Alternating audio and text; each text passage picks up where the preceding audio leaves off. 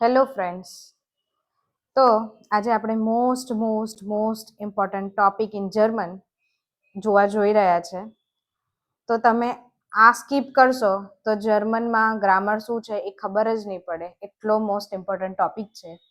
German start કરો, alphabet શીખો, number શીખો, પ્રેઝન્ટ ટેન્સ શીખો, પછી વોઝ વાળું શીખો, પાસ્ટ ટેન્સ, હેવ શીખો, હેડ ફોર્મ શીખો, પછી આવશે આર્ટિકલ પર વાત, તો આવશે જર્મન કેસીસ. જર્મન કેસીસ તમને નહીં આવડ્યા તો પછી આગળ જર્મન આવડશે નહીં. દરેક જણને A2 પતે છે ત્યાં સુધી નોમિનાટિવ શું, આક્યુઝાટિવ શું અને દાટિવ શું ખબર હોતી નથી. તો આ વિડીયોમાં આપણે જોઈશું આપણી ભાષામાં, ગુજરાતીમાં, કે એ લોકો નોમિનાટિવ, આક્યુઝાટિવ અને દાટિવમાં કહેવા શું માંગે છે. એ લોકો કેમ આ આક્યુઝાટિવ, નોમિનાટિવ અને દાટિવ લાવ્યા છીએ. બરાબર. તો આગળ આપણે વિડીયોમાં જોઈશું નોમિનાટિવનું. તો જોઈએ જર્મન કેસીસનું એક્સપ્લેનેશન. જર્મન ભાષામાં વાક્ય રચના સમજવા માટે આ 3 કેસીસ છે આપણી જોડે. બરાબર. કેસીસ મહત્વના છે, એ આપણને ખબર જ છે કેટલા મહત્વના છે. જો તમે જર્મન ઓલરેડી શીખી રહ્યા છો કે શીખવાના છો તો કેસીસનું બહુ જ ઇમ્પોર્ટન્સ છે. એક ફિલ્મમાં આપણે શું હોય છે, અલગ અલગ પાત્ર હોય છે, એના અલગ અલગ રોલ હોય છે. તો આપણે એવી રીતે વિચારીએ તો સરળતાથી નોમિનાટિવ એટલે કર્તા. બરાબર. બહુ ભારે ગુજરાતી થઈ જાય છે કે નોમિનાટિવ એટલે કર્તા. બરાબર. પછી છે આ વાક્યના હીરો છે, શું છે આપણું? કર્તા. હીરો કોણ છે? કર્તા. જે ક્રિયા કરે છે એ કોણ? કર્તા. ઉદાહરણ લઈએ માણસ, તો આપણું માણસ જે છે એ ખાઈ રહ્યું છે. શું કરે છે? માણસ ખાય છે. તો માણસ શું કરી રહ્યું છે? ક્રિયા કરી રહ્યું છે ને. ઓફકોર્સ ખાવાનું ક્રિયા કરી રહ્યું છે. તો આપણે અહીંયા માણસને હવે સાઈડમાં મૂકીએ. નોમિનાટિવ માણસને સાઈડમાં મૂકીએ. માણસ શું કરે છે? ખાય છે, ખાવાની ક્રિયા કરે છે. હવે અહીંયા શું છે? આક્યુઝાટિવ, કર્મ. ભારે શબ્દ છે પણ સમજવાનો ટ્રાય કરો તમે લોકો. કર્મ શું છે? તો આ તે વસ્તુ છે જેના ઉપર ક્રિયા થાય છે. ઉદાહરણ તરીકે શું છે? માણસ સફરજન ખાય છે. માણસ શું કરે છે? કોઈ વસ્તુ ખાય છે, સફરજન ખાય છે. ઉપર શું હતું કે માણસ ખાલી ક્રિયા કરે છે. અને માણસ કઈ ક્રિયા કરે છે? માણસ ખાલી ખાવાની ક્રિયા કરે છે. શું ખાય છે, શું નહીં, આપણે નથી ખબર. અહીંયા માણસ સફરજન ખાય છે, તો અહીં સફરજન ખવાઈ રહ્યું છે. સફરજન ખવાય છે. બરાબર. અને દાટિવ જોઈએ તો જેને કંઈક મળે છે, તો આ તે વ્યક્તિ છે જેને કંઈક આપવામાં આવે છે અથવા જે ક્રિયાનો લાભ લે છે. ઉદાહરણ, માણસ સ્ત્રીને સફરજન આપે છે. ઓકે. માણસ ખાતો તો પછી આપણને ખબર પડી માણસે સફરજન લીધું ને એને ખાધું. પછી દાટિવમાં શું કર્યું? એ સફરજન માણસે સ્ત્રીને આપ્યું. સ્ત્રી એડ થઈ, ફિમેલ એડ થઈ, તો એ દાટિવ છે. બરાબર. હું ઇઝીલી ક્લાસમાં એવી રીતે સમજાવું છું કે આક્યુઝાટિવ જોઈએ ને તો હું માણસને જોઈ રહી છું. પહેલા તો હું એવું કહું કે દેટ ઇઝ ધ મેન. એક માણસ છે, પછી હું એ માણસને જોઈ રહી છું. તો હું પણ છું અને એ માણસને જોઈ રહી છું. મેં શું કર્યું? એ માણસને જોયું. પછી હું કહું છું કે હું એ માણસને મારા કેમેરાથી જોઉં છું. તો એ ફોન એડ થયો, કેમેરો એડ થયો. તો આ 3 અલગ અલગ સિચ્યુએશન છે. આપણે આગળ જોઈશું. ઓકે. તો અત્યારે આપણે જોઈએ નોમિનાટિવ એટલે કર્તા, કરનાર. ઓકે. સબ્જેક્ટ. નોમિનાટિવમાં હંમેશા સબ્જેક્ટની વાત થાય. આઈ, ઈશ, બિન. બરાબર. ઈશ બિન ટીચર, તો કોની વાત થાય છે? મારી વાત થાય છે. આઈ એમ ટીચર, તો મારી વાત થાય છે. તો હું શું છું? સબ્જેક્ટ. સેન્ટેન્સ શું થયો? નોમિનાટિવ. તો નોમિનાટિવ એટલે જે વ્યક્તિ અથવા વસ્તુ ક્રિયા કરે છે. નોમિનાટિવ એટલે શું? જે વ્યક્તિ અથવા કોઈ વસ્તુ ક્રિયા કરે છે. પ્રશ્ન થાય કે કોણ ક્રિયા કરે છે? તો વસ્તુ કે કોઈ વ્યક્તિ. ઉદાહરણ તરીકે અહીંયા છે એક્ઝામ્પલમાં, ડેર માન કોમ્ટ, ધ મેન કમ્સ. કોણ? માણસ આવ્યો. Man come, man is coming. તો પુરુષ શું છે? આવે છે. તો આ શું થયું? નોમિનાટિવ થયું. કેવી રીતે થયું? કોણ આવે છે? પુરુષ આવે છે. કોણ થાય? નોમિનાટિવ. હવે છે ઈશ લર્ને ડોઇચ. ઈશ લર્ને ડોઇચ. હું શું શીખું છું? જર્મન. તો શું આવ્યું? વોટ આવ્યું આપણું? કોણ. કોણ કોણ શીખે છે? તો હું શીખું છું. અહીં ડેર માન અને ઈશ એ કામ કરે છે એટલે શું છે?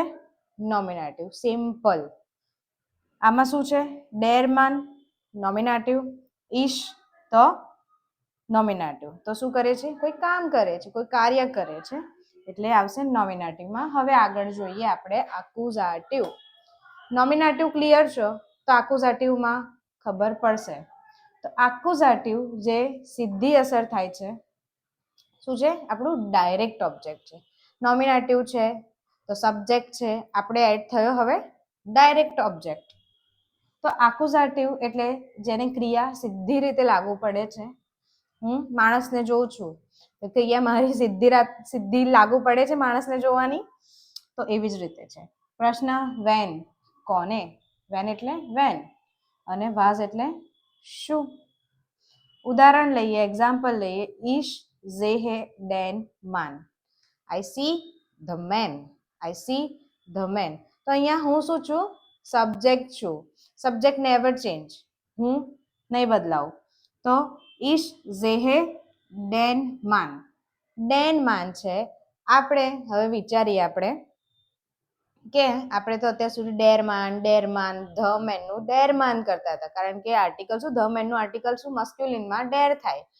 તો પ્રશ્ન છે કે અહીંયા ડેન કેમ આવ્યો? તો એના માટે આપણે એક ટેબલ છે એ એન્ડમાં જોઈશું. તો અહીંયા એક્યુઝેટિવમાં ડેન થાય, ડેરનું ડેન થાય એટલે ડેન માન થયું. હું પુરુષને જોઉં છું, પછી ઓકે ઈશ ઝેહે ડેન મેન એટલે હું પુરુષને જોઉં છું. Zee કાઉફ્ટ einen Äpfel. Zee કાઉફ્ટ einen Äpfel. પ્રશ્ન einen કેમ થયું? આઈને કેમ ના થયું? ઓકે, ઘણા બધા ક્વેશ્ચન છે, પણ ટેબલ છે એ તમે લખજો એટલે તમને યાદ રહે. અને આ ટેબલને યાદ કરવાનું છે, ગોખવાનું નથી, કારણ કે ગોખેલું ભૂલી જવાશે. મોસ્ટલી બધા શું કરે છે? ડેર ડાસ ડી ડી, પછી ડેન ડાસ ડી ડી. તો એવી રીતે ગોખશો તો નહીં થાય. મસ્ક્યુલિનની આખી લાઈન જુઓ કે મસ્ક્યુલિનમાં નોમિનેટિવને શું કહેવાય, એક્યુઝેટિવને શું કહેવાય, દાટિવને શું કહેવાય, ગેનેટિવને શું કહેવાય. તો એવી રીતે યાદ રહેશે. ગોખશો તો યાદ નહીં રહે. Zee કાઉફ્ટ einen Äpfel. તે સફરજન ખરીદે છે. તે સફરજન ખરીદે છે. એક નહીં, ખાલી તે સફરજન ખરીદે છે. એક અહીંયા રોંગ છે. હવે પુરુષને અને સફરજન પર સીધી અસર થાય છે એટલે એ એક્યુઝેટિવ છે. આઈ સી ધ મેન, તો પુરુષને જોયો એટલે એક્યુઝેટિવ છે. મેં પુરુષને જોયો અને તેને સફરજન ખરીદ્યો, તે પણ છે. ખરીદવાની ક્રિયા પણ છે અને શું ખરીદ્યું? સફરજન. એટલે આ સીધી અસર થઈ રહી છે. તો આપણે એક્યુઝેટિવ ગણીશું, ડાયરેક્ટ ઓબ્જેક્ટ જોઈશું. આગળ જોઈશું આપણું દાટિવ. જો દાટિવના પ્રપોઝિશન્સ છે એ પણ હું તમને પ્રપોઝિશન્સના વિડીયોમાં સમજાવીશ કે આ દાટિવના છે, એક્યુઝેટિવના છે, બરાબર. પણ અત્યારે દાટિવ એટલે શું એ શીખવાનો ટ્રાય કરીએ. દાટિવમાં એક મિથ આવે છે, પ્રપોઝિશનમાં એક મિથ આવે છે. જો મિથ હોય તો એ બધા દાટિવના છે, પણ જો એ ના હોય તો ખબર પડવી જોઈએ ને. મોસ્ટલી બધા શું કરે છે કે મિથ લખી દે ને એટલે તમને એક્સપ્લેન કરી દે, બરાબર. પણ હું અહીંયા તમને કહું કે દાટિવ જેના માટે અને જેને આપીએ, ઇનડાયરેક્ટ ઓબ્જેક્ટ હોય. દાટિવ એટલે જેને કંઈક આપીએ અથવા જે લાભ મેળવે છે. આપણો પ્રશ્ન શું છે? વેમ, કોના માટે? ઉદાહરણ તરીકે જોઈએ તો ઈશ ગેબે ડેમ માન eine Buch. હું પુરુષને એક પુસ્તક આપું છું. I give the man the book. મેં એક માણસને એક બુક આપી, બરાબર. તો હું પણ છું, પુરુષ પણ છે અને ઇનડાયરેક્ટ ઓબ્જેક્ટ શું છે? બુક છે. તો ઈશ ગેબે ડેમ માન eine Buch. પછી અહીંયા જોઈએ, ઓકે ડેમ થયું, અહીંયા શું થયું? ડેમ. તો એ દાટિવ ચેન્જ થયું.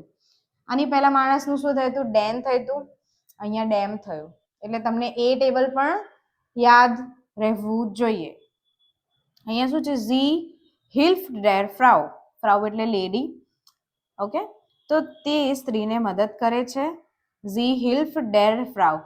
તમને જર્મન નહીં આવડતું હોય, નવા જર્મન શીખ્યા એક્યુઝેટિવ નોમિનેટિવ દાટિવ નહીં આવડતું હોય ને તમારા સામે આ સેન્ટેન્સીસ મૂકે કે ઝી હિલ્ફ ડેર ફ્રાઉ, તો તમને એમ થાય કે આ સેન્ટેન્સ જ ખોટું છે, કારણ કે અહીંયા તો ડી આવે, ફ્રાઉ એટલે ડી, પણ અહીંયા ડેર કેમ આવ્યું?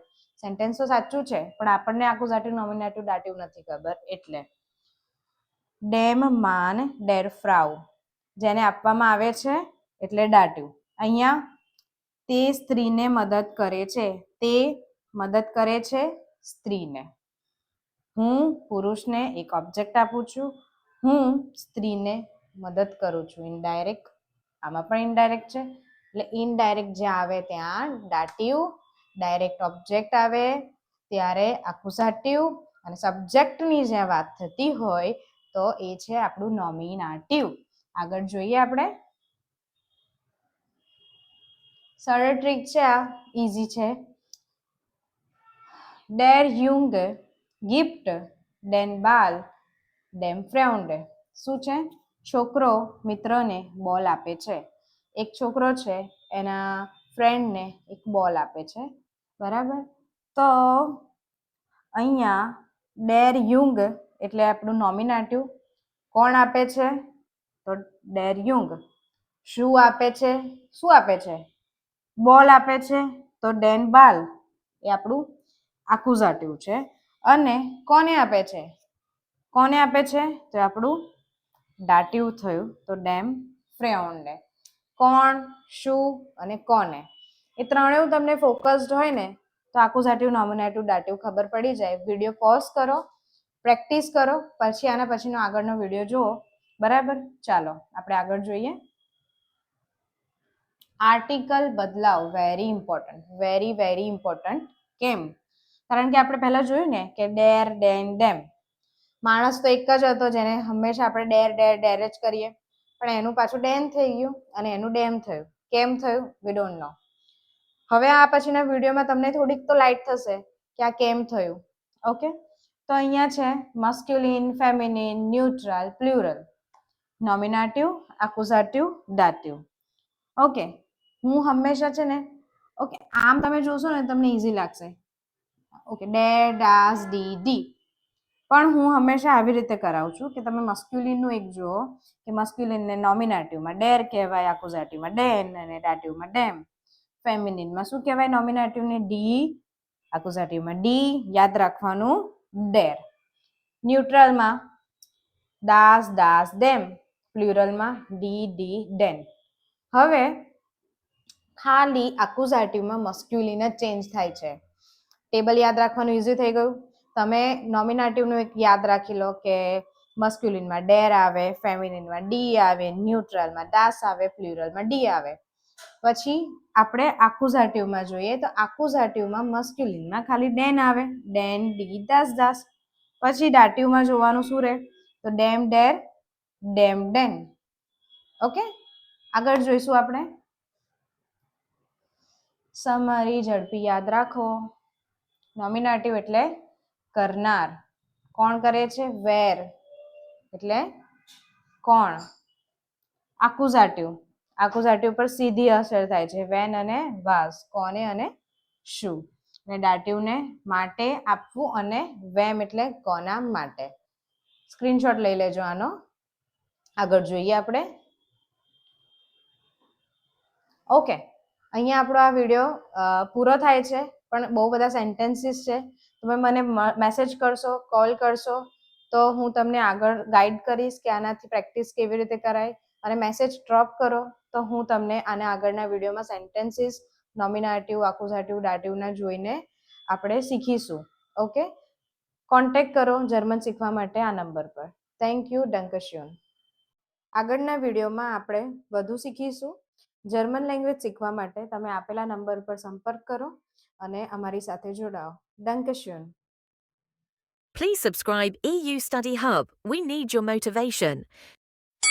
Please subscribe EU Study Hub. We need your motivation.